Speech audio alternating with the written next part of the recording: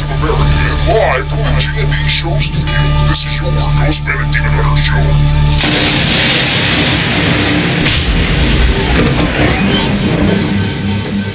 Doesn't that sound exciting to you?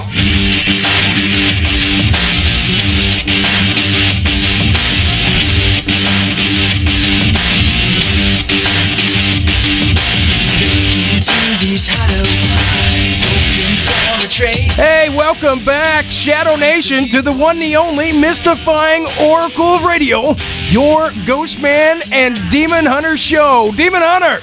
That would be me. That is you. Welcome back, world. You like that? To the whole world, everyone out there, we just want to say thank you. Thank you, all guys. 7 billion of you for listening to our show. 700 million? Is that what you give? 7 billion. 7 billion. Because they're all listening right now. And in the future, they're listening, so I added a few. Yay! Demon Hunter, special thanks to all our fans, all our listeners at Stitcher Smart Radio, Planet Paranormal, and one of our newer homes, 102.7 FM, The Hog. The Hog. The Hog. Huh? You guys might know we didn't play music tonight because we're on a strict, oh, wait, The Hog. There you go. I got it queued up. We're on a strict time schedule, so no more music at the beginning of the show. And it will run perfectly now, Sean, all the time. Well, yeah, absolutely. What have you guys been doing out there? We haven't been doing much here. Sorry about last week. Things come up sometimes here in studio, and we don't get to go live. But we do play archives. We actually have 8 years of them at our website at ghostanddemon.com. And Demon Hunter, I wanted to take a minute to tell our listeners and fans, if there's any out there, that you should go to our Facebook page. Look us up. Ghostman and Demon Hunter on Facebook. Make sure to like us, guys. Don't take much. Just click like. Let us know you like us, and let our networks know that you like us, more importantly. How about that? They like us. They really like us. They do like us. We're your Midnight Madmen on some networks. Middle of the day. Yeah. Well, on some networks, we do the Midnight Madman thing. On the Hog, we're played at midnight, I think. On the Hog. Yeah. All over the world, we have different times that we do things. Hey, did you hear about this topic with Seth Rogen, the actor Seth Rogen, Demon Hunter? You heard about it, right? I've just gotten the info now, shuffled across the desk to me, Sean. There you go. Shuffle, ruffle. Well, they tried to, there for like a week, they tried to say that Seth Rogen was going to be killed, that Kim Jong-un wants to kill Seth Rogen. But that's not the case. As you know, that's not the case now. It was talking to, I read the article before the show come on, and, you know, what are you going to do? I'm not going to talk about it. No, North Korea, of course. North Korea. He's going to kill us. They're going to blow him up. Yeah, it's from North Korea, you know. The friendship between the U.S. and North Korea is stable. So let's make some movies about it. You know, like Russia. Yes, because that's what we want to do. We know that our friends across the Pacific have such good sense of humor. Well, yeah. Well, that's like doing a new Red Dawn now that we're, Russia and us have had words. Well, they did a new Red Dawn. Notice we weren't being attacked by communists. Bunch of teenagers grab some machine guns and take on the whole, Russian army. Mother Russia. I don't know. Anyway, North Korea, of course, Kim Jong-un was kind of ticked off. I would be too, I guess. Seth Rogen and James Franco's coming out with another movie. I guess it's called The Interview. That's what it's going to be called if it comes out. And it talks about James and Seth. They play reporters who get an interview with the dictator of North Korea, and the CIA asked them to kill him. I can see why he's upset a little bit. You think? Yeah.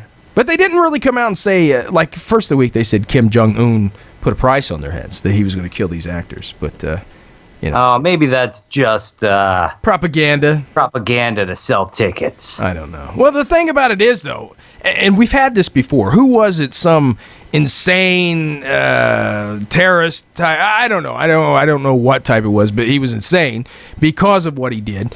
And there was this guy that got mad at one of our cartoonists or something. I forget what it was. That was actually a few years back. There was the whole issue that I think it was the New York Times or the Post, one of them, was going to, I don't know which one, so I'm can't be quoted on it, so don't sue me.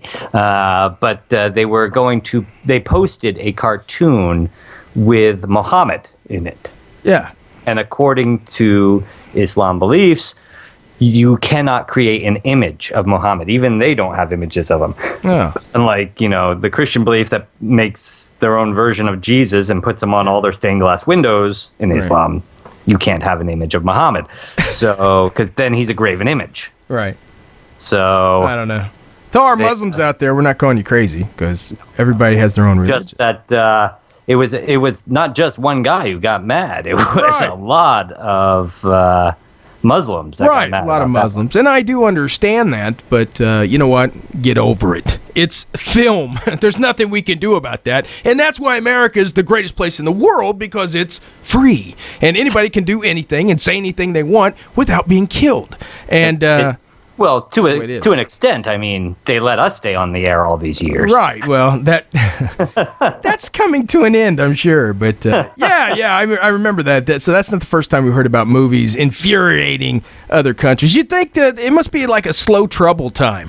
I just remember several years back there was a movie called The Pope Must Diet. Oh. The original name of the movie was The Pope Must Die. And they said diet. So many people got mad about it that they changed the name to The Pope Must Diet, but they just drew the extra little letters at the end to make it a diet. Bring out your dead.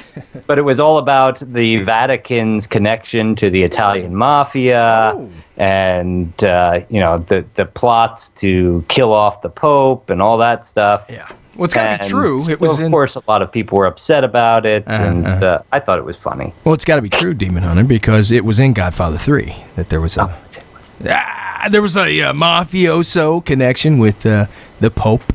The Pope. Well, this was the actual Italian mafia, the Italian mafia in Italy. Oh.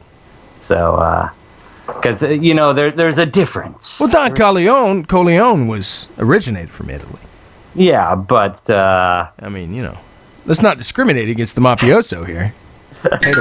Hey, right? let's this is how we're going to wind up getting shot, not by leaders of countries or religious, but we're going to just piss off the mob. That's how we'll make front page news. Yes. We'll get shot. Well, nighttime radio hosts get killed by mob after making Vatican joke. We don't know who they were. But I'm here for the gangbang? Yes, they got shot. Oh, well, anyway. Kim Jong-un, guys. No. Kim Jong-un. Yeah, he's offended. He's upset. Can you blame him? Well, that's the same cat that Dennis Rodman, clearly the best cat for our ambassador of peace here in the United States, was chosen to go over there and talk basketball with the guy. And remember, he came back and said, "Hey, everybody be cool, man." So... whatever. And that solved everything. Yeah, well, be cool, Make love, not war. Anyway, he should have made more free throws when he played the... Have you seen these Asian tiger mosquitoes? Asian tiger... Now, are those the one with the tiger stripes?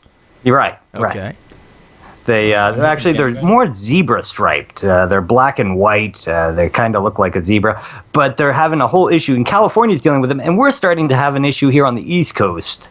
Why don't they just call them zebras? Because unlike your traditional mosquito that comes out at night, these things bite all day long. Ooh, there's one in the studio, actually. I don't know if it's zebra. Buzzing around your head right now. Yeah. You hear Sean clapping. It's not at something I say. He's trying to kill a mosquito. But they're having issues with it, and of course, Santa Clara County is not having anything to do with this. They want to nip this in the bud, but fast. And for some reason, my recorder just stopped, Sean, my player that was saying how long our show was supposed to be recording. Well, that's bad. We don't know how long it's supposed to record. So now we're going to have to go by the clock here on the wall. Let's go by the clock, 'cause we're at... So we can schedule our breaks, folks. We can schedule our breaks. Well, we're almost at 10 after, so we're good. Another 8 minutes. Actually, about another We're 9. good. We're good. Anyway, you was talking about the mosquitoes. Yes, the mosquitoes. Santa Clara won't have anything to do with this. They're putting out an all points bulletin. If you see a black and white mosquito or get bitten during the day, they want you to call an emergency number right away so they can get someone out there to spray and exterminate the area. So if you get bit, you're supposed to look at what kind of... How are you going to look at that? You smash them and grind them in. Well, yes, but like I said, these mosquitoes bite during the day. Yeah. Not at night. So they're saying if you get bitten during the day or you see a black and white mosquito, they want you to call and so that they can, I guess, spray the area immediately. Well, good freaking luck with that. They're going around checking people for having buckets of water, saucers around flowers that have water in them, rain gutters that are gunked up, so they're storing water, old tires, anything that can store water where mosquitoes can breed. Right. But good luck with that, because I called the Mayor's Action Center like 14 times last year to get them to spray our area, and nothing. Well, the thing is, I got bit the other day in the middle of the day on the back of my wrist, and it swelled up like a mofo, Sean. Like a mofo? You can't say like that. Like mofo. That's about the strongest thing we can say on the radio now that we broadcast on the air, right? Yeah. But you got stung by a mosquito. It's bad, Sean. It's bad. No. For our listeners out there, be on the lookout for the... Hey, what was you talking about with... Were we going to talk about that now with the...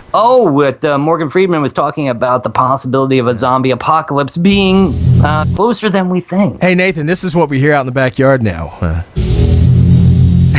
Summer barbecue. Hey, everybody. How you doing? What's going on? Do you want your burger medium rare? Or,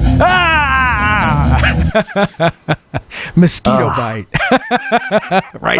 I don't like that music, Sean. You know my feeling towards sharks. I do. You hate sharks. I despise sharks. They're evil creatures, born of the devil. Yeah, you were bit by one. Not belong anywhere around us. Didn't you get a shark attack one time? More like a goldfish. It was less of an attack and more my own stupidity going spearfishing and... Was it an alien hybrid shark out there? It was. It had big black eyes, just like they show the aliens have. Gray skin, just like they show the aliens have. Yeah. I was attacked by an alien, Sean.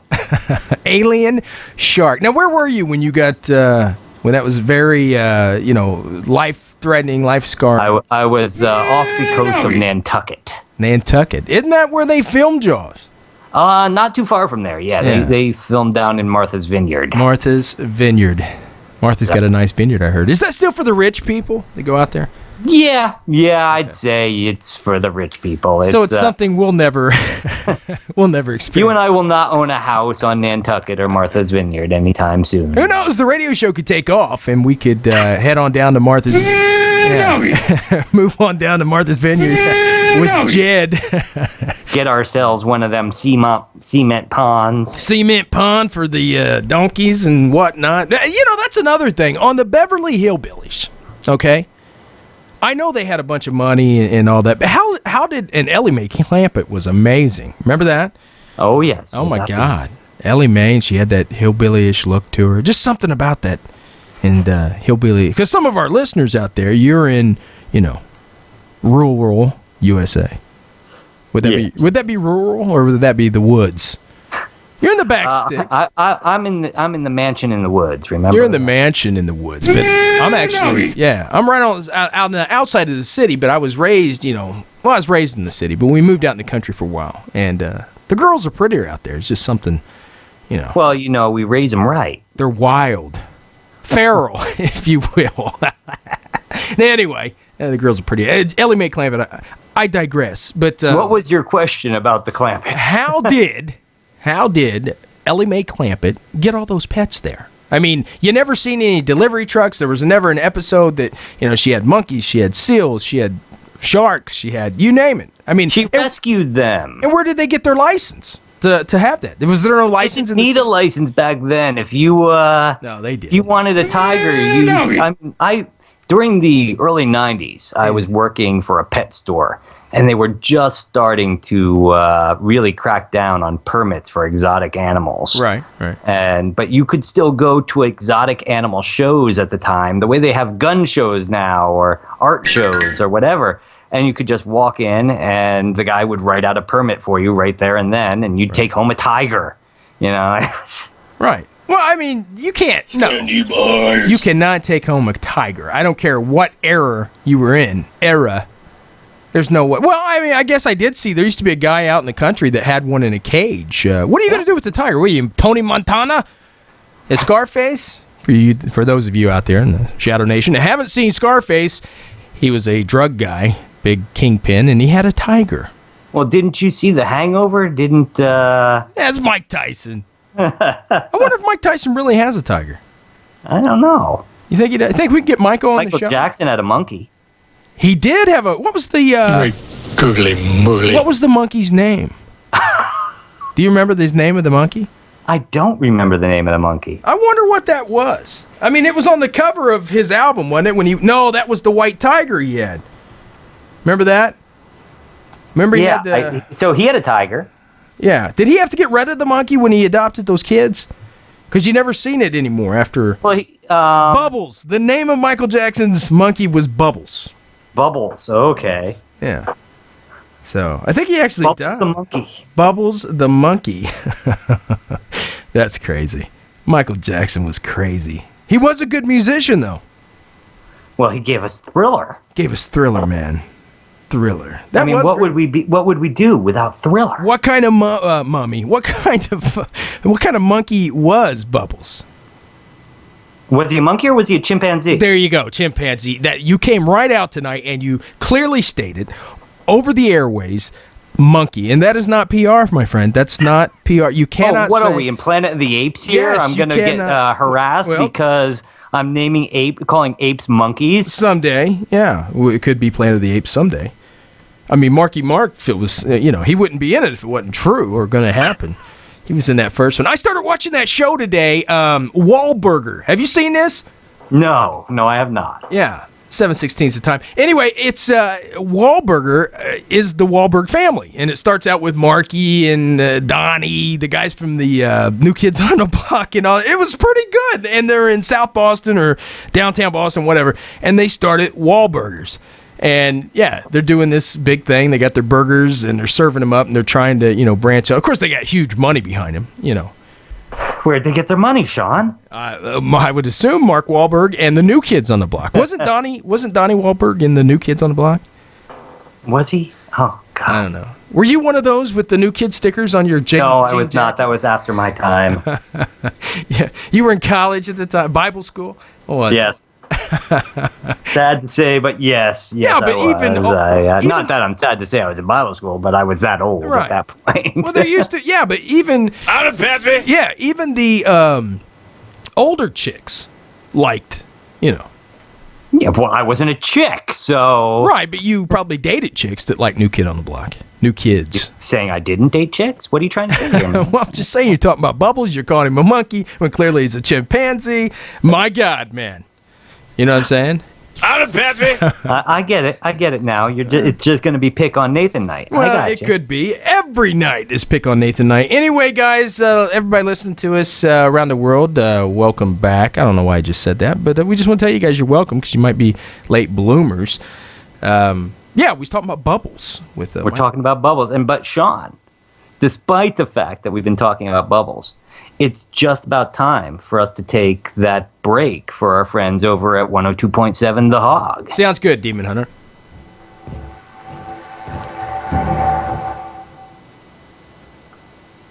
Welcome back, listeners around the world. Everybody following us at Stitcher Smart Radio, Planet Paranormal, and 102.7 FM, The Hog. Now, you caught us, if you're just joining us, we were talking about Bubbles, the monkey. We couldn't find out the name of Michael Jackson's monkey. And the correct name is Bubbles. So if you guys are heading to work today and somebody asks you, $1 million question. Sitting around the water cooler going, hey, does anybody know the name of Michael Jackson's monkey? See, and they might even have a drawing, like on 102.7. You might be able to, I've seen that on their website, 102.7 The Hog. They had a motorcycle, Harley Davidson motorcycle. Maybe the question to win that was Michael Jackson's monkey's name. I mean, how do you know, Demon Hunter? The real question is, when that monkey was bad, did Michael Jackson have to spank him? He gave his monkey a spanking. That's terrible, man. Pepe. Anyway, without further ado, listeners around the world, Shadow Nation, tonight's guest. Da, da, da. Oh, yeah, baby. Tonight's guest, author, lecturer Kathleen Marden stops by. A well-known alien abduction researcher and MUFON's international director of field investigator training. Her involvement with alien abduction and that field started in 1961 after her aunt and uncle, Betty and Barney Hill, were involved in one of the world's most documented alien abduction cases. Author of the books Captured, Science Was Wrong, The Alien Abduction Files, and much, much more, Kathleen Marden stops by. Yeah. Are we alone, Demon Hunter? We've asked that question over and over again. We'll find out tonight. Kathleen You're never alone, Sean. I'm always watching you. You're never alone in the universe. How could you be alone? I'm going to ask Kathleen that tonight. How could you be alone in the universe? With 50 billion. How many galaxies do we know of? How many galaxies are there? Yeah. How many galaxies do we know of? Do we know of? Do we know of? Jeez. Huh? You're just trying me tonight, aren't you, man? I am. Yeah, we don't know. I do not know how many galaxies. I don't know. There's a lot of galaxies. Anyway, guys, tonight's guest, Kathleen Marden.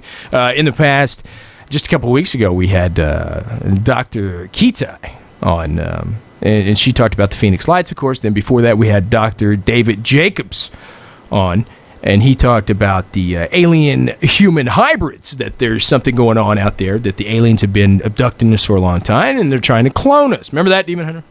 Yes, I do. Pretty soon people are going to be saying that Ghostman and Demon Hunter show is out of this world. They're trying to clone us.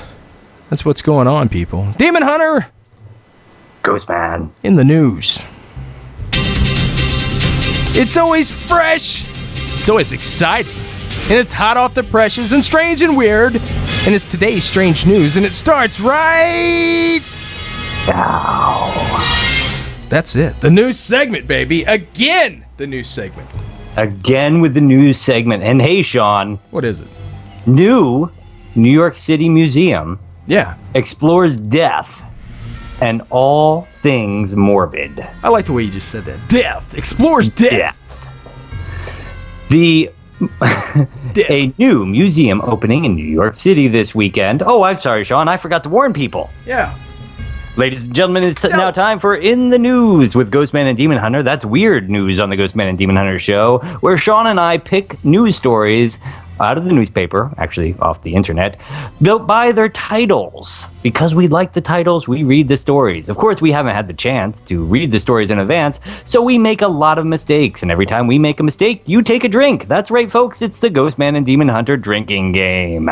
And furthermore, we would like to remind people that if you're listening to us on 102.7 The Hog while driving your car, don't play the G&D drinking game. And if you're planning to drive or do anything important or talk to your wife or loved ones this evening and you might say something stupid, please listen responsibly.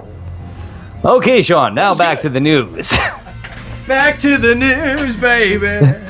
New York City Museum explores death and all things morbid. A new museum opening in New York City this weekend promises a fascinating journey into the dark side. Oh! The Morbid Academy Museum opens Saturday in Brooklyn. Okay. This past Saturday or upcoming? This comes to us from the Associated Press. Okay. So, a ribbon cutting will introduce the Spirit Photo Booth. Oh. And traditional morning food of the, morning, as in morning, food from a cookbook titled Death Warmed Over. Okay. You said that it's the Spirit Photography I'm booth? ready for sex. A Spirit Photography booth, yes. Oh, wow. Both creative director Jonah Epstein, I'll have a drink, folks. But creative director Jonah Epstein tells us at the New York Times check it out at the New York Times, folks, that the museum's mission is serious. What a biggie fries. It grows out of Epstein's private collection of 2,000 books on death rituals, the human body, and more. Oh. Ooh. The 3-story museum is in a former nightclub. Okay. Highlights at the opening exhibition. The Art of Mourning. Okay. Include a brooch made of human teeth. Ooh. There are also an 1850s shadow box containing a Madonna surrounded by a memorial wreath. Jeez. Have a drink, folks. They're drunk already. Drink up, guys. Made of locks of deceased loved ones. Oh my God. So I guess a wreath made of dead people's hair. So that's it, Sean. That's it for that story. But the Museum of the Morbid Academy Museum opens in Brooklyn, New York this weekend. You got to go to that, man. We got to go. I should go to that. You should. You're right down the street. Go in and say, hey, I'm the demon hunter. Yeah. I belong in this museum. When I'm dead, prop my body in the corner. See, they will. The thing about it is, who was the original author of, I can't think of it now, that Gladiator movie, the very first one that came out, Ben-Hur. Oh. Who was the author of that book? You're just hitting me with all of them. It was Henry Harrison, Governor okay. Henry Harrison. They got the Henry Harrison house in Crawfordsville, Indiana. And when I used to live down there, I went to this place, and I was walking around. It's a cool old house. And you were talking about the hair and stuff. I was walking around, and I seen this old portrait of Abraham Lincoln. You know how big of a Lincolnite fan I am. So I was looking around, and I seen Lew Wallace. Oh, Governor Lew Wallace. Benjamin Harrison. That's another guy from Indiana. But Lew Wallace, Lew Wallace house. I was walking around. It's a museum now.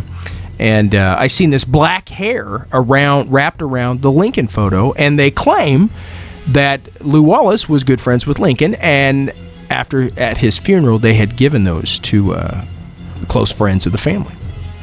That was actually Abraham Lincoln's hair. My goodness, Sean. Wasn't that wild? Hey, did I tell you what's been added to my collection of weird things here at the house? No. What'd you add? A piece of the wall from Edgar Allan Poe's house in Baltimore, Maryland. No, you didn't. You got that. I got it, man. Actually, Chrissy got it. My wife, Chrissy P, got it from the Edgar Allan Poe event last October, and it came to us now, and it is in my collection of weird things. Now, what are they tearing down the house? I forget the story we read.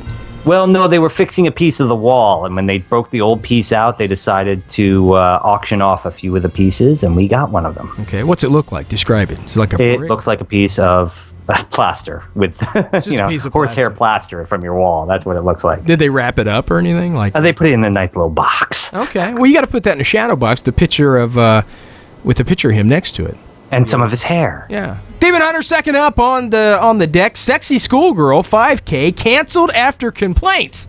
Oh, I was planning on going to that. No, I was. I definitely was. This comes out of our friends at Associated Press. Thanks, guys, for these. Raleigh, North Carolina, on the AP, organizers of the 5K race that encourages women runners to dress like schoolgirls say they have canceled the race in Raleigh. Oh. Ooh. Sexy schoolgirl race organizers told city officials on Thursday they were canceling the race in part because of the community controversy it had created.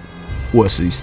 Former Raleigh police captain Paula O'Neill was quoted as saying, shoot, no, I'm kidding, who organizes other races, told the council she questioned the message being sent. What a party pooper.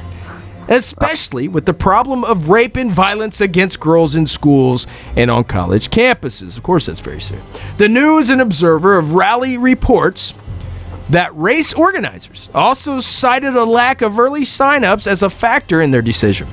The group's website says races are planned for Charlotte, Cincinnati, and Virginia Beach, Virginia, guys, if you want to pay attention. Well, it's tough to run in those Mary Janes anyway, Oh, Sean. God. You should see the picture. You would know. Oh. But it's, very argumentative, but wow. Come on, man. I mean, come on. It's, we're all adults here. Don't let the kid, it's not like the kids are going to get front row seats here, And they say that, and then you have topless bars all over the place. You have, I don't understand it. It's kind of like with the gun control thing. You're not going to stop the wackos. I mean, by them, you could take away all the sex stimulation everywhere, and they're still going to do terrible tragedy. What was that? Sex music? I have no idea. I clicked on the next news story, and that opened up.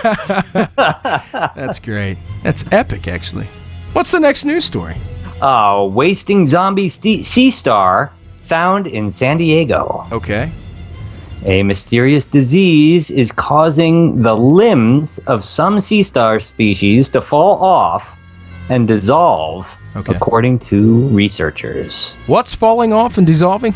Sea star limbs. Sea star limbs, okay. A mysterious disease, have a drink, folks, is deforming and killing sea stars along the west coast. Okay. Causing their limbs to dissolve, has reached the waters of San Diego's coastline. The condition is called a number of things. I'd call it painful, probably, including melting disease and sea star wasting syndrome. That sounds like somebody who comes and picks up your garbage. The animal's topical... made myself laugh. The animal's typical... Have a drink, folks. Okay. The animals typically produce lesions causing their limbs to fall off and dissolve. Oh. The impact on the creatures has also been referred to as zombie sea stars. Right. Okay. Are you okay? You there? Yeah, I'm right here. I'm listening. I'm into this story, Demon Hunter. Into this story now? You would see a trail of arms, or think you did. Oh. And this is going to lead to something bad. And then you keep following the arms. Sure enough, there are zombie sea stars all around. Sounds like a bad acid trip. Yeah, sounds UCSB researcher diver Sarah Simpson, who is currently working in the North County. Does she do any lip syncing? If she does, she can read my news for me, and I'll just mouth along. No, you didn't get it. Lip syncing, Saturday Night Live, Jessica Simpson. Oh, I see it. I see it. Okay. You see arms crawling away, though, she says. Okay. Samson. Oh, her name's Samson. You ruined my Simpson 11 joke. Species of sea stars in San Diego area. Yeah. And she hasn't seen 75% of them since the last October. Similar die-offs have occurred before in the 1970s and 1980s, but never at the magnitude that is occurring now. According to the U.S. Santa Cruz researchers, since April, the number of cases has increased dramatically in the areas, including get ready to drink, folks, including Carolabla. Scotty, beat me up. Carlsbad, La Jula, Oblongata, and Point Luma. Luma. Yeah. I got that one right. Luma. In a matter of days, or in the matter of a day or a few days, it can go from a lesion, another drink, folks, to talking about the whole star just falling apart. Oh. The UCSB researcher and ecologist Steve Schlocker, who is based in Carlsbad, said. Right. So it appears that we're not going to have many sea stars soon, Sean. What are these guys? What are they going to do? I don't know. What are they going to use to make little sea star bras for all those little wooden hula girls. Right. I don't, and not to mention all the tourist stuff that goes on over there. When they sell, you can buy. And not to mention, they are a major part of the ecological system out there. So I imagine it will cause some damage. But once again, Sean, you got to think this is being caused by something that, since the reports are from the 70s and 80s and now. Yeah. You got to think that it's something we're probably dumping in the water somewhere. Well, maybe. You always blame the humans. Maybe it's alien. We do tend to destroy things on a pretty regular basis, Sean. Yes. History has shown no evidence of that. Anyway, Demon Hunter, do you like iPads? I do like iPads, Sean. Well, out of our friends at the Huffington Post, Fleshlight Launchpad lets you have sex with your iPad. Huh? Really? It's called that just sounds horrible. Oh, it's terrible, isn't it? It's for us married guys. We need IFAP. I better shut up. IFAP lets you have sex with your iPad, Demon Hunter. Ever get the sense we're getting too attached to technology? That's the question, Demon Hunter. Are you? I don't, Sean, because I don't have sex with my iPad. You want to have sex with your iPad, right? I blame this on that movie, Her. Check this out. I might mess it up. Masturbatoria aid Purveyor Fleshlight has released the Launchpad and iPad case that allows a man to attach his fleshlight directly to an iPad so that he can simulate sex with whomever or whatever is on the screen. Oh, the marvels of modern science. Oh, no, Sean. This is great. No. I got to go on eBay after the show. That's right. While you're not busy getting a handy from a robot or practicing oral sex on your smartphone, you can now just go ahead and... Can we say bang on the air? Well, we just did. Well, you can go ahead and just bang your iPad. The Launchpad, which runs $24.95, Demon Hunter, that's reasonable, and does not include an actual fleshlight. Sorry, folks, you got to buy that separately. Battery's not included. I'm working on these things all week. All I get was a heavy breath. What are you doing over there with your Launchpad? Anyway. You didn't... What are you doing with your fleshlight? This is why we don't have video between us during the show anymore, isn't it, Sean? Because you've got your iPad in your lap. That's it. The Launchpad, which runs $24.95 and does not include an actual fleshlight, was 2.5 years in the making, according to Deadspin. We gathered a lot of data, and people are moving in masses to watching their adult content via mobile devices. So the Fleshlight Launchpad is the perfect accessory for men everywhere, Demon Hunter.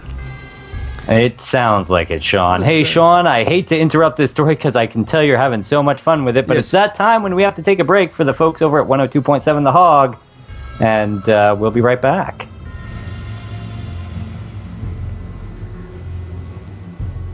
Listeners around the world, welcome back to the mystifying oracle of radio, your Ghostman and Demon Hunter show. Our listeners at 102.7 FM The Hog, Stitcher Smart Radio, and Planet Paranormal. We are in the middle of the G&D Strange News segment, and we were talking about the new app for your iPad that allows you to now basically have intercourse. Let's not even go there, Sean. Yeah. Have intercourse with your iPad. Okay. Well, it says that they gathered. Of course, we're talking about the iPad or the program for your iPad, which runs $24.95, guys. If you just joined us, and it doesn't come with a fleshlight, in case you were wondering. Well, if you just joined us, look up what. This story is getting us kicked off the air. I can tell right now. You can tell. Do you know what a fleshlight is, Demon? I can imagine. Okay, I just wanted to know. I wonder if it's spring in it. Is the spring loaded like the flashlights? You have the ow. Anyway, it's Anyway, it says that they gathered a lot of data, Demon Hunter. So this must be, well looked into, and people are moving in masses to watching their adult content via mobile devices. So the Of course they are, Sean. Of course they are. Yeah, you know what you do with your smartphone. They're just greasing the wheels, right? Yeah. How did we ever get along with the big Motorola's, I don't know. So the Fleshlight Launchpad is the perfect accessory for men everywhere, guys. Fleshlight spokesperson Daniel Pacheco told Marshbull, "We're happy to see that men view this as an outlet for fulfilling their sexual fantasies." And what's he supposed to say? It's his thing. He's probably making billions, dude. He'll be rich in a week. Using it as an outlet. I like that. You like it? Hey, gentlemen out there, please do not involve yourself with actual electrical outlets in your home, buy the fleshlight and the launch pad. Anyway, it says that he was so happy about it, of course. We're happy to see that men view this as an outlet of fulfilling their sexual fantasies, and men's pleasure products are getting more widespread acceptance, just like women's sex toys. Girls, you're not out of this either, so don't be laughing at us, huh? An ad for the launch pad garnered hundreds of thousands of views before being removed because its content violated YouTube's terms of service. Come on, YouTube. The NSFW ad, which can still be viewed on Fleshlight's website. Guys, check that out. Immediately following the show. I don't have the Fleshlight's website, but I'm sure it wouldn't be hard to find. Anyway, the Fleshlight's website shows a long-distance couple about to engage in some sexy time via webcam. The ad is shot mostly from the perspective of the man who asked his girlfriend to put on some lingerie before he straps into the launch pad. Well, there you go, guys.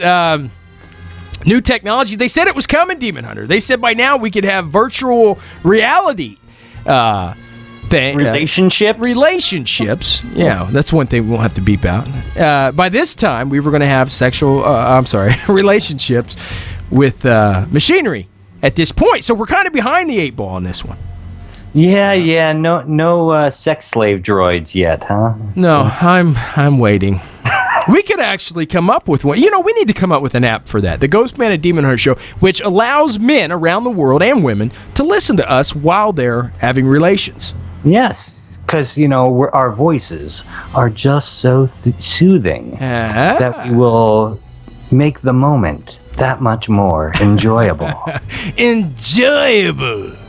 What people don't know is we've worked really hard to learn how to say words backwards, so that you'll never know what we're saying, but we're actually telling you to download all of our shows. Yes. And you'll never know when it's going to happen. Murph, not you could do it on the Mayfair. What's that, Nerfer?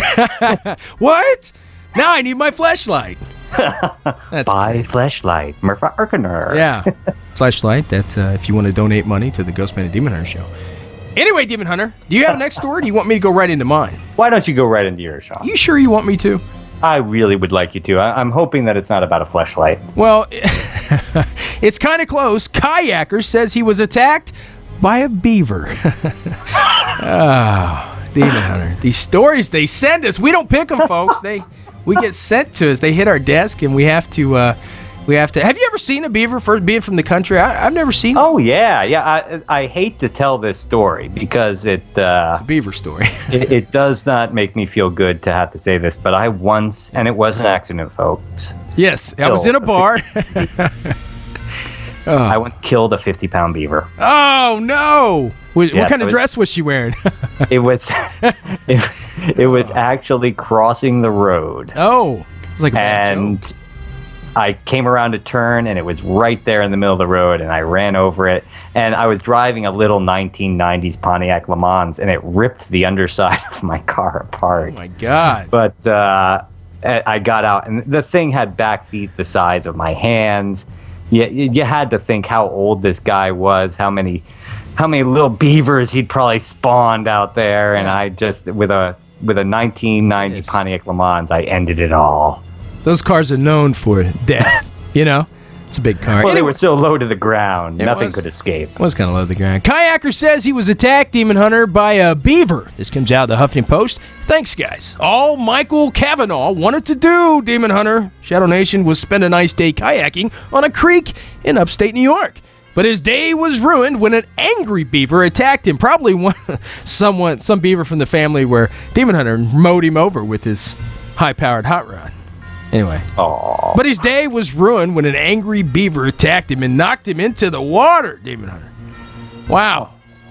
I see like Sharknado coming out. He saw his kayak and said, "That'll make a perfect dam."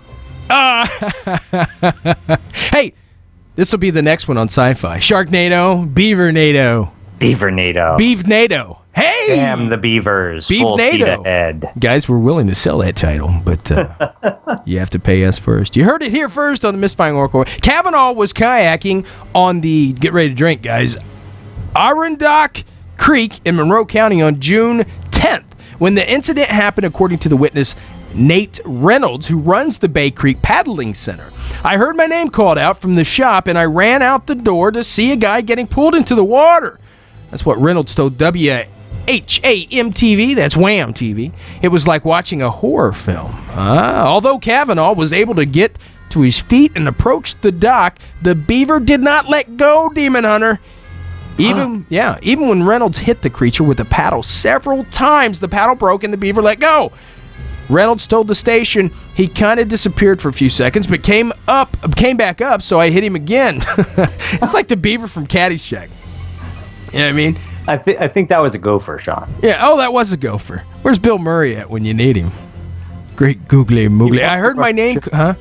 He won't do our show. He won't. Yeah, we tried. Although Kavanaugh was able to get to his feet and approach the dock, the beaver did not let go. Even when Reynolds hit the creature with a paddle several times, the paddle broke, but the beaver let go. Reynolds told the station he kind of disappeared for a few seconds, but he came back for more. Reynolds eventually killed the angry beaver. You're not alone, Demon Hunter. He killed the angry beaver, and the paddling center was closed until animal control found its carcass to test it for rabies. Tests have not come back yet, but the center has since reopened. It says beaver attacks are rare, Demon Hunter, so you're okay. You can go canoeing, guys. Just look out.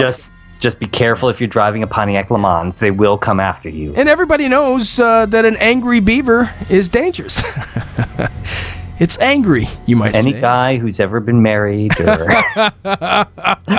and has, owned a pet beaver. Yes. Yes, you got to cover that Knows stuff. how dangerous they can be. Yeah. If the beaver's not happy, nobody's happy. Anyway. Hey, Sean, you know how we're always talking about how cryptozoology so often turns out to be zoology? Okay. Explanations come around. Well, a mysterious creature was seen roaming around the Bronx, New York. We're back in the Bronx. Look at that. A strange creature? Yes. Turns out it's really, really cute. Oh, when is there not a strange creature wandering around the Bronx? Not since I moved out. Oh, well. Anyway, this comes from AP News, and it's coming to us from New York. A mysterious long-haired critter has been sighted in the streets of Bronx. Oh, the streets of the Bronx. The neighborhood for several months, and now it has a name. It's a member of the weasel family called a fisher or fisher cat. Cujo. Zoologist Ronald Keyes of North Carolina Museum of Natural Sciences tells WCBS-TV that the short-legged, furry-tailed creature may have come down from the river. New Yorkers should be thrilled because it turns out the fisher preys on rats and squirrels, but is not a threat to humans. Fishers were found in Manhattan when the island was first settled. I'd like to remind you folks that was by the Dutch.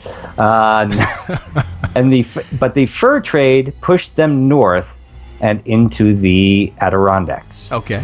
Fisher trapping has been banned since the 1930s. Yeah. He says today that the fisher population is booming in the Northeast once again, and trapping seasons have been reinitiated. It's booming, Demon Hunter. Booming. And they are a cute little thing. They look like a sea otter, but on land. A sea otter on... I can't believe it survived in the Bronx between the gunshots and the traffic. Well, when I was living in the Bronx, Sean, we had the whole issue with coyotes in the middle of the Bronx. I wonder if the mob put a hit out on it, Because, you always see in those old gangster...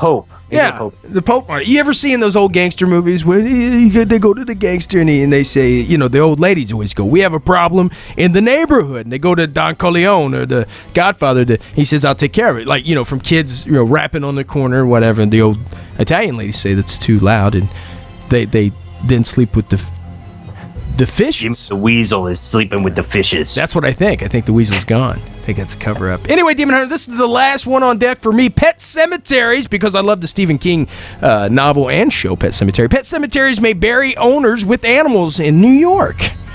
I remember seeing this story, and you beat me to it, but I you know what? This is more fun, because I get to hear you read it now. Yes, you do. Remember the name of the dead guy that got the first dead guy in the movie Pet Sematary, the first one? I haven't got a clue. Pascal. Pascal. Yeah, Shadow Nation. We covered that in one of our earlier shows. Apparently, your memory is shot. Pet cemeteries may bury owners with animals in New York. We're covering a lot of the Big Apple today. This comes out of our friends at the Huffington Post. Pet cemeteries in New York State, Demon Hunter, could soon be getting a human touch, thanks to a new regulation that makes it legal for pet owners to be buried with their deceased animals. Huh? So you could have a marmot. You and your marmot could rest in pieces. Yeah. What? That's going to be a real Nice. cash cow. Nice marmot, man. Yeah, cash. Yeah. Starting in August, pet graveyards will be allowed to accept the remains of humans as long as they don't advertise that option. MyFoxNewYork.com reports. Passing the regulation was a pet project of attorney Taylor York, who battled the state for 3 years to allow her uncle, a former NYPD officer, to spend the afterlife with his 3 Maltese pups, according to the New York Daily News. Huh? Aw. So what, they put them in the box with you? Like, Well, the funny thing How is, would you do Sean, that? when I used to work at the pet cemetery, yeah. anybody who's new to the GhostMan&Demon Hunter show, I've had every job imaginable. Yeah. Just asking. When I used to work at the pet cemetery, we had to dig graves just like they dig for people. The only difference was we didn't have to put in vaults. How was it? For human graves, and so now I'm sure they just have to put a vault in the ground. They got licensed for human burial. They just have to put a vault in the ground, and you can be buried next to Cujo. Whatever. Some pets get better burials than humans. It's out of control. Anyway, passing the regulation was a pet project of attorney Taylor York. We already read that section. But the pet cemeteries won't make a killing from the new rule. The regulation states that pet cemeteries can only bury, as we say it down south, human ashes, as long as they don't charge a fee for it, Demon Hunter, and don't advertise human burial services, the Associated Press reports. I see. So I imagine these pet cemeteries will find a way around this. They will probably offer you a burial spot that has ash containing area adjacent to it, and that particular spot will cost more. Well, anybody I've ever known in the United States or anywhere in the world, no ticky, no laundry. So if they can't charge, baby, for this, it ain't happening, Captain. You know what I'm saying? I'm telling you, they'll just have different spots of the cemeteries, and if you want to spend eternity with Fluffy, you will have to be buried in the part of the cemetery that costs 10 times as much, I'm sure. 10 times as much. Demon Hunter, the hour 7:51 is up on us. We're going to have to take a break here in a minute.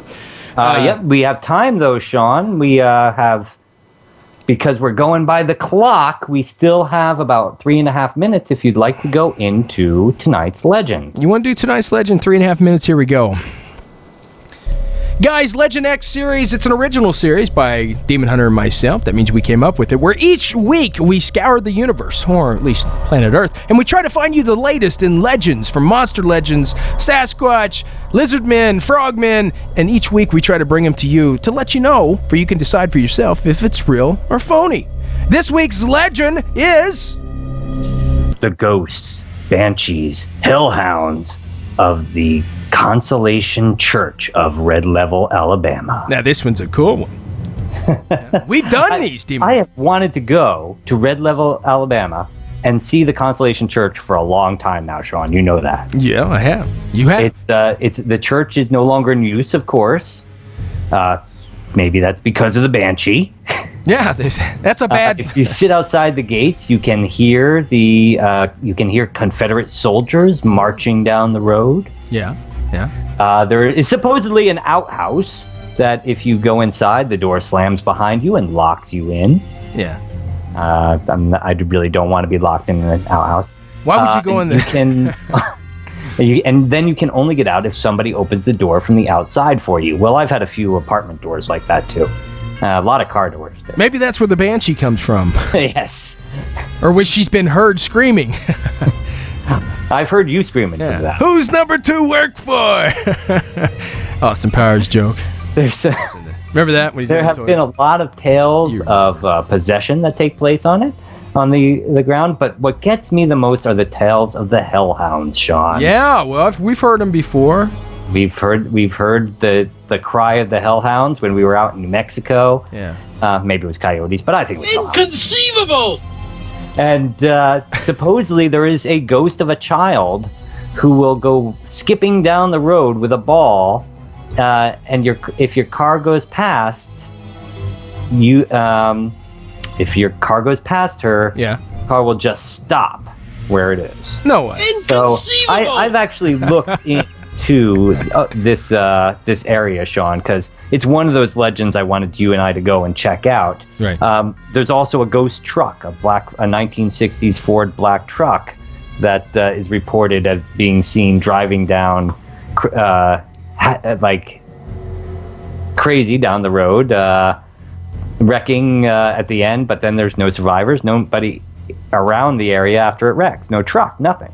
So, Sean, this particular site, I have to warn people, it's very much like the Union Cemetery or a lot of those sites that are privately owned now. You cannot get in. In fact, there have been so many reports of pagan groups, and I use that word very generally because I know a lot of good pagan groups, but pagan groups and cult groups going in there to perform ceremonies. Yeah. And so the owners of the property will no longer allow anyone on the property for ghost investigation or pretty much anything else. Demon Hunter, it's about time to take that break, my friend.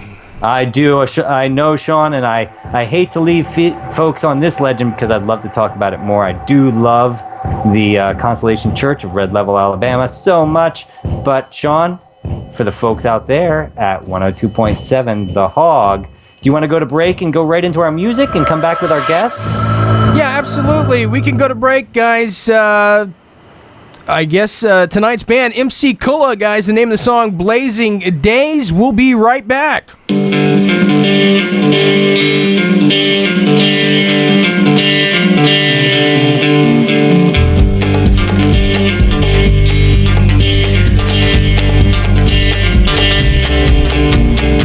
Sun comes up and rises high. It's so hot, it's gonna make me cry. Oh Lord, oh Lord.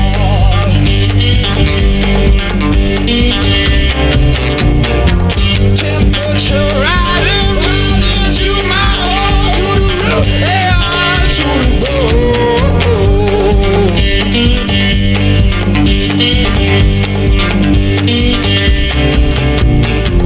when they're still out, can't tell with her. Desert streams bring people misery.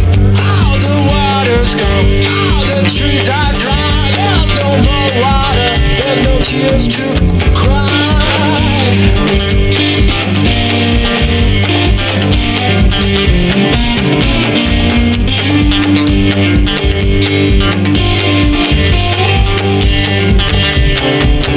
It's a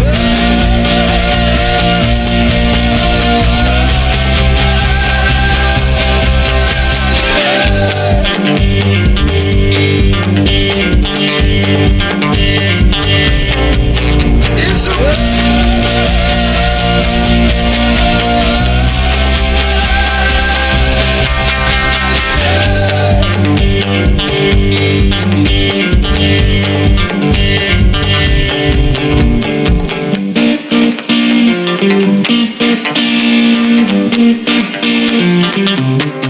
Now the sun has gone to bed, but I still can't rest my head. Oh Lord, oh Lord.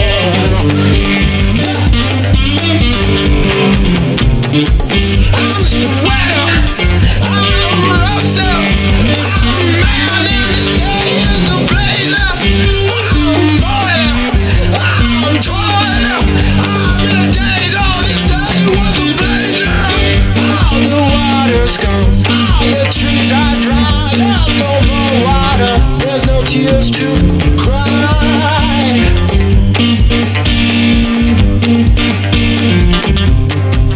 It's a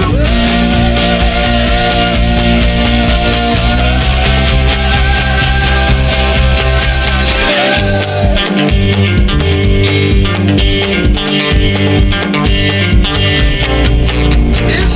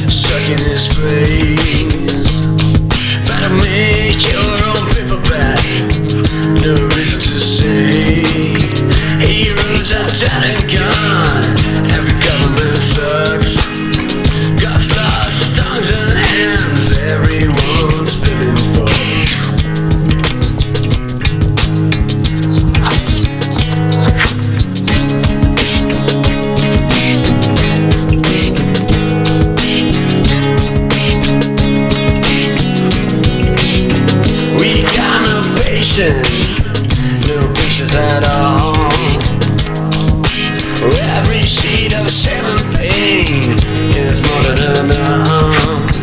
Better take your blue bones back and give them my way. And leave the fucking spark themselves without a chance to break.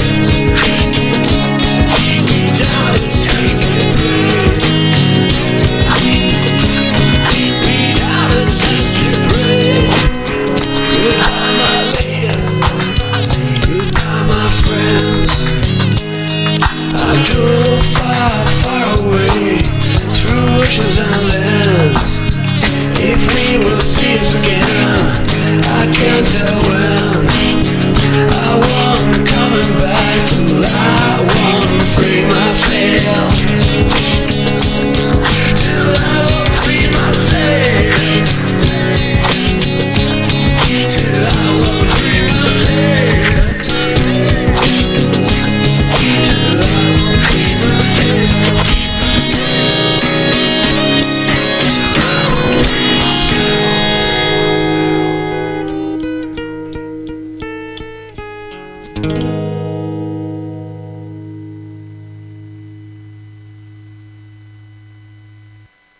Hi, this is Patrick Doyle of GhostMan, and you are listening to the Ghostman and Demon Show. Oh, taking a while.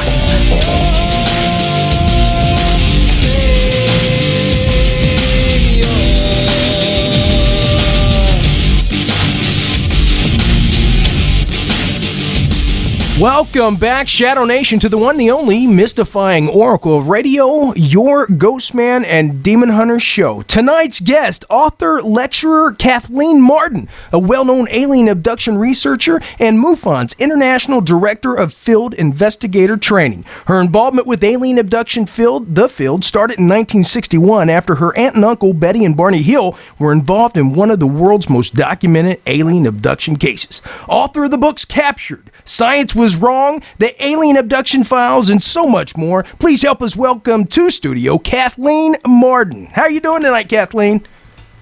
Hi, I'm fine. Great to be with you. Thanks so much for coming on. And you're such an interesting person. I feel like I live with you because I've been watching you all week.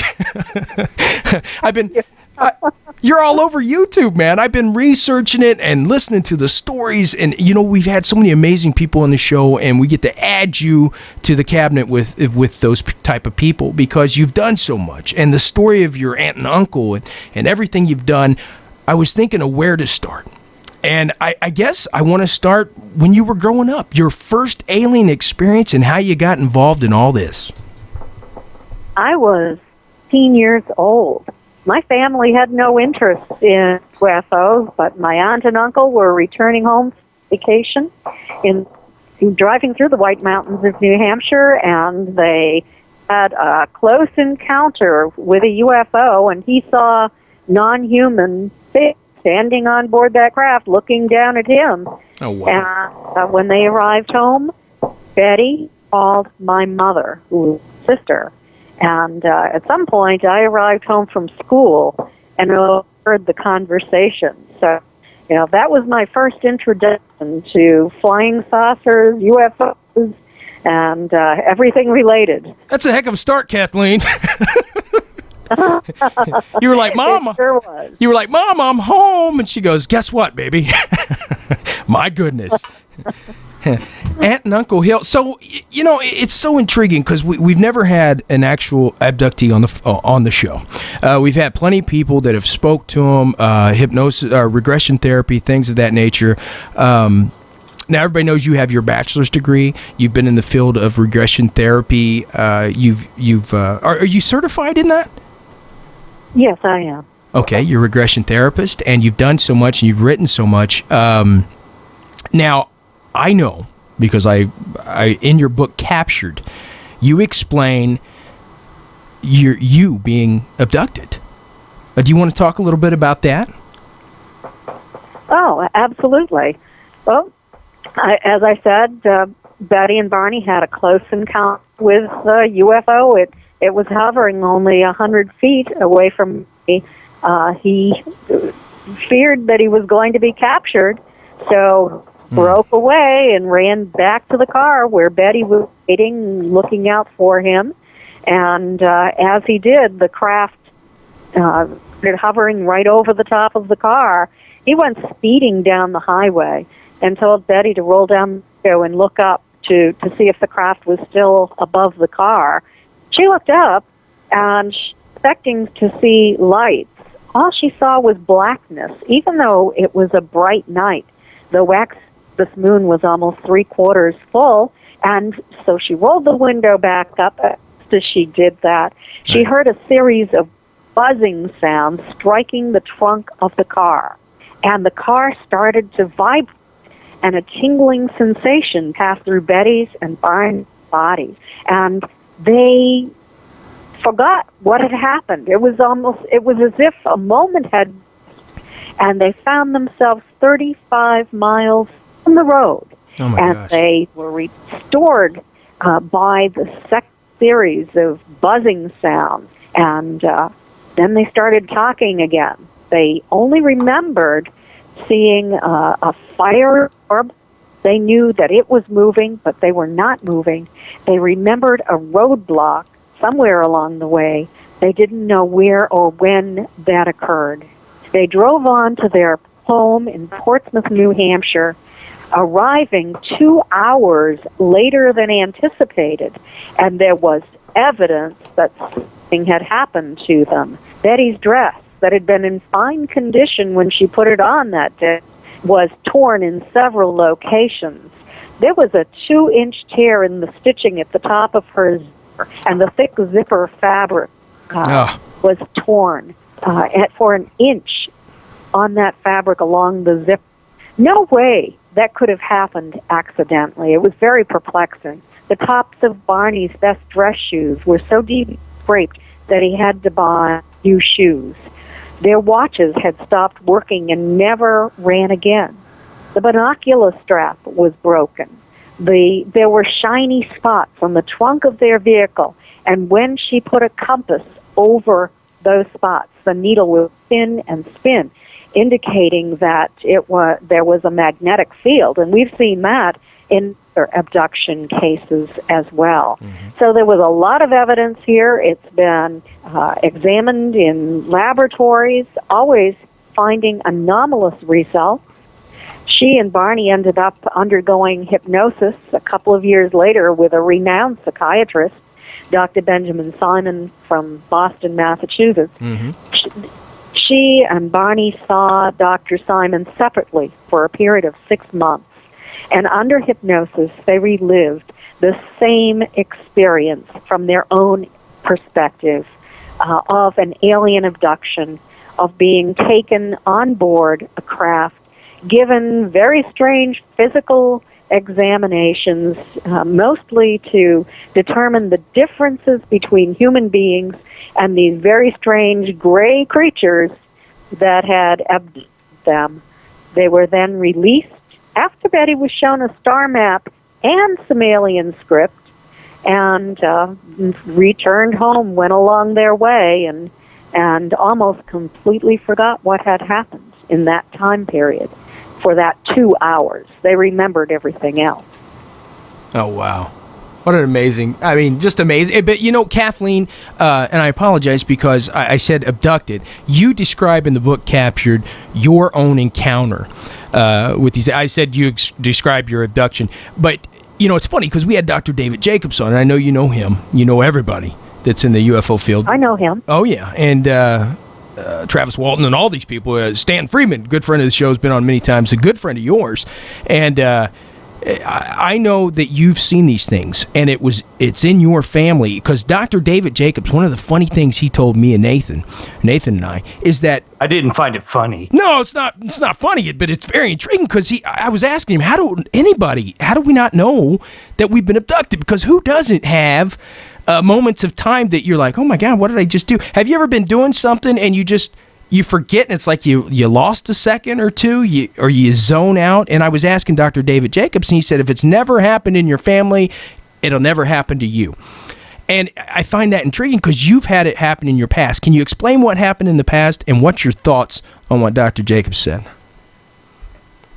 I really believe, and my research bears that out, that they do follow family genetic lines. Mhm. And time after time, I have investigated abduction cases. I've spoken with hundreds of experiencers one-on-one, and there is definitely a trend there that if your parent was taken, you will be taken, and your children will be taken as well. Wow. So they're definitely interested in human genetics and doing a longitudinal study on families. I don't just In terms of... Oh, go ahead. No, you go ahead, Kathleen. I'm sorry. Okay. I was saying in terms of my own family, I have been talking about and actually encaptured. I wrote about a close encounter that I had on Country Pond in Newton, New Hampshire, with my aunt, my grandmother, a family friend, my mother, and my brother. And the UFO just came down, and we saw it go through a number of maneuvers, a falling leaf pattern, and coming in close enough so that we could see the windows in it, and then moving away. And at one point, it sort of a light sort of came out slowly toward my mother. It was almost as if it was almost a hollow beam with a surface around the exterior of it. It hit her and frightened her terribly, and we decided it was time to leave the area. I had another close sighting. Yeah. Kathleen, are you still there?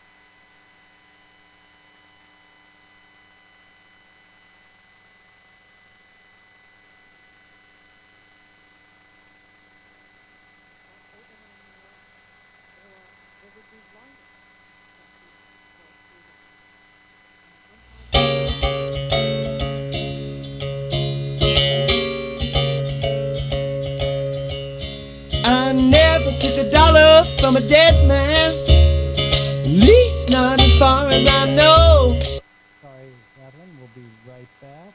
After this quick break. Hey, Sean. You Okay, back? yeah, we are back. For our listeners on Stitcher, Smart Radio, 102.7 FM, The Hog, and Planet Paranormal, we do apologize. I think we had a little problem, but we are back on with author, researcher, lecturer Kathleen Marden. Kathleen, sorry about that. Not a problem. Technical difficulties. And maybe it was the aliens. You don't know what's going on here. Hey, this isn't in any of the questions that I was planning on asking, but you always get those people out there who say that the government doesn't want us to know about aliens. Have you ever had any issue with that? I have not had too many problems. The only problem that I've had is that Denise Stoner and I wrote the book, The Alien Abduction Files, and it was published more recently than captured. And we did a lot of radio shows to promote the book after it was released. And we started having some difficulties with interference during these shows, and it was so often that it seemed to be a pattern rather than a coincidence, or just a problem that might occur due to a thunderstorm or something like that. Yeah. What we found out is it was probably because Denise was talking about her military background and her security clearance. Oh. And I said to her one day, well, why don't you stop telling that about your background? Maybe you're embarrassing the government. So she tried that, and we had more success after that. So, that was a good thing. Well, now I'm wondering what we did to tick off the government this time, Sean. Oh, yeah, absolutely. Hey, you bring up Miss Denise Stoner. How did you meet her with the alien abduction files? And what about her and her husband? They had the Missing Time event in Colorado. Yes. Well, I met her when I moved to Florida 4 years ago. Mm-hmm. She was the chief investigator for the Mutual UFO Network in Florida at the time, and she was a state section director and holding meetings for the general and MUFON members. So I decided to attend her meetings, and I was frankly impressed with Denise at her professionalism, her level of intelligence. She was talking about her alien abductions at that time, but over time she told me that she was an experiencer and that she and her husband, way back in 1982, were traveling through South Park Valley in Colorado with their 14-year-old daughter. This was a summer night. It was before 7 o'clock, so the sun was shining when two UFOs actually sort of just came in very, very rapidly on their vehicle. They could feel the car lift up, and the next thing they knew, they found themselves 40 miles away at the other end of the valley on a path. It was now 11 o'clock at night, and it had been 7 in what seemed like a moment before. And they had family waiting for them at the other end. They were going to their summer camp, and her parents were very, very upset. I was able to interview her mother, who is still alive, and she told me her part of the story, her memories of this. I hypnotized Ed and Denise separately, and they told essentially the same story from their own perspective. Denise is, she believes now, a lifelong experiencer. She believes that she was a child when she was taken for the first time, and her mother really fessed up and said that she felt that she had been taken too, because when Denise was a little girl, she and her husband were in their bedroom at night, and they saw a very large, bright light coming toward their window. And they were watching it, fearing that it was going to hit the house. And the next thing they knew, they were waking up. And, you certainly don't suddenly fall asleep if you're fearing that something might hit your house, and it's an aerial vehicle. Right. So Denise has had many, many experiences with the Greys and with insectoid types, and it is all in the alien abduction files.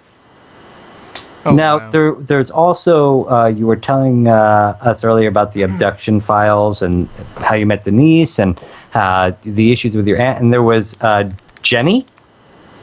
Yes, Jenny Henderson. Jenny Henderson, and she had experienced the missing time in both her bedroom and in a car while driving. Yes, and that is correct. With those two, do you find that people have these experiences in multiple locations, or if it's usually only outside or inside? Can this randomly happen anytime? What happened with Jenny? This generally happens within multiple locations, according to my research. And I did a study, Denise and I did a research study in 2012 that gave us this information. But in more than 50% of the cases, the individuals are taken from an external environment and from their own homes.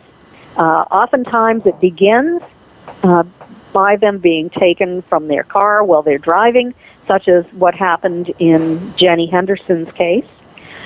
But they might also, if it runs in their family, have been taken from their homes since they were young children, and then later on, so in Denise's case, taken while she was driving. Experiencers find that regardless of where they are, the ETs are able to find them. And it's most likely due to the implants that are put into their bodies. They're tracking devices, and they're able to find them. I've had people tell me they live in the United States, they're on vacation in Europe, and they've had an experience. So follows them. Now you you cannot run and you cannot hide. You've mentioned the implants. I've always wanted to ask somebody who could answer this question for me because, my experience with UFOs, I did see an unidentified flying object once in my life. I can't say what it was, so it was unidentified, and it was definitely flying. But it, my knowledge of alien abductions and, implants especially the information I get from implants or have about implants basically came from X-Files. So I wanted to ask somebody who knew something actually about them. Are these implants that actually have been found in people's bodies? How do they, or when you remove them, do people get sick from removing them? What is the truth behind the implants?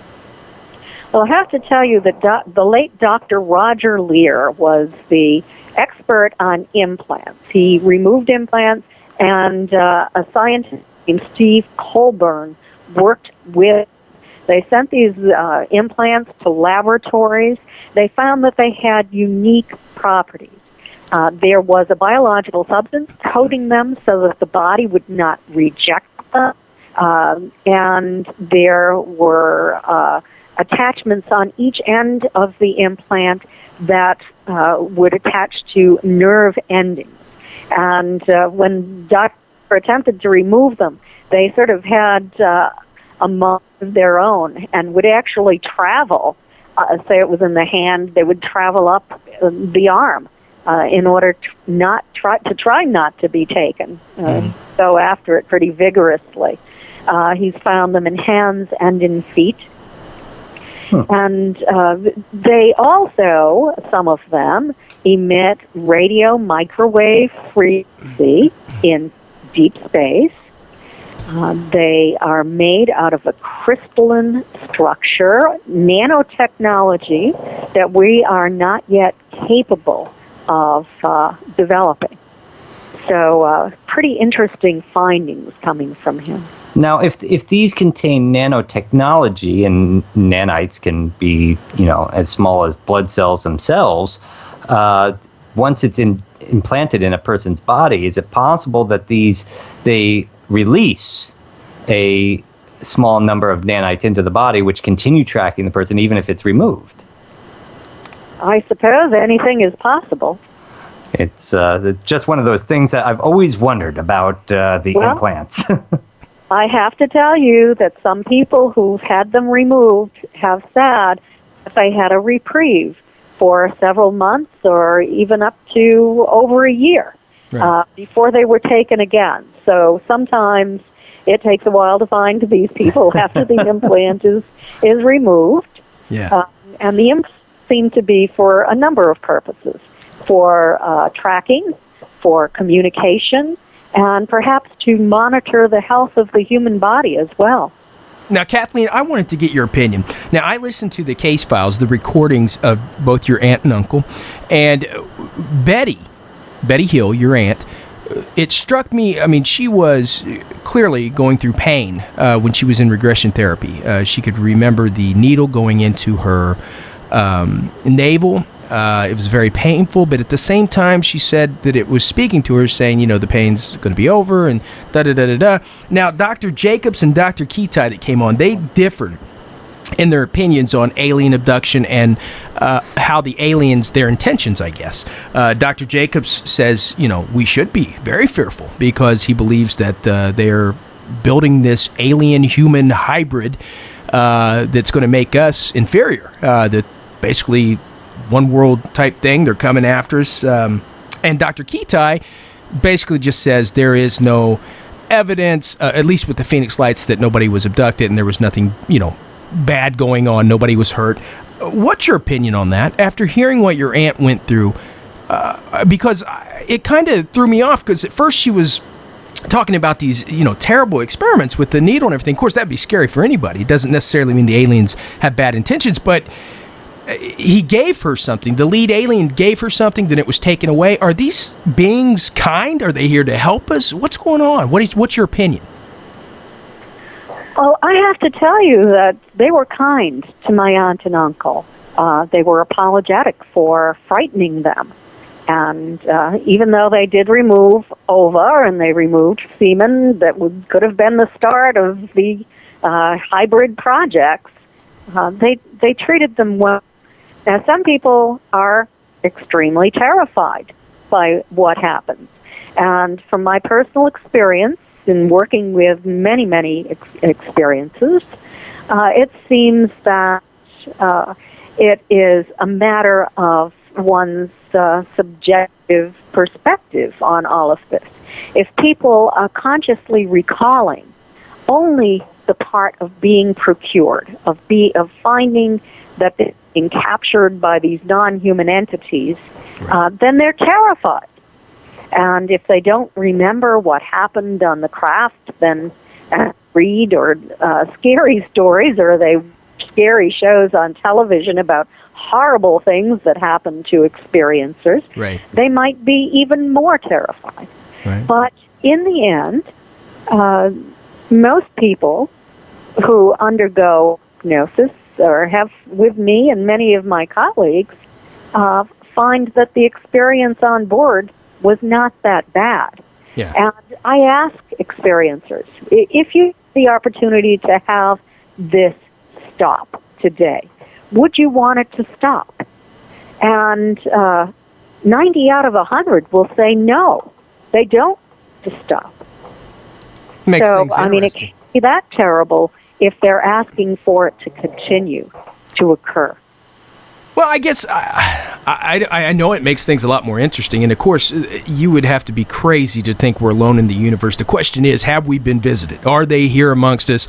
And what's going on? I guess I'm looking for the answer, E.T. or Alien from the movie. What are we going to be dealing with here? And I know with your aunt, she said, like you said, that they were nicer and they were good to them. But these weren't gray aliens. You guys, listeners around the world. Yeah, listeners around the world, you hear gray aliens. She said these look more human-like. If these different types of beings, different cultures are visiting us, don't you think there might be some kind of galactic-type war here on Earth at some time? A galactic war on Earth? Well, not a galactic, but like a alien warfare. Because it seems like they're worried about us going out there. We're developing the technology that we could go out there. If we look down the people of this Earth during the 20th century, they'll see that we've killed 200 million of our own kind in major and minor wars. And, if I were an ET and I were looking down, I'd be pretty frightened about those people coming out into my neighborhood and want to be doing something about them. And perhaps doing some experiments on family lines, genetic experiments, to see if there was any way to break out some of this primitive-like behavior that is causing so many problems on Earth.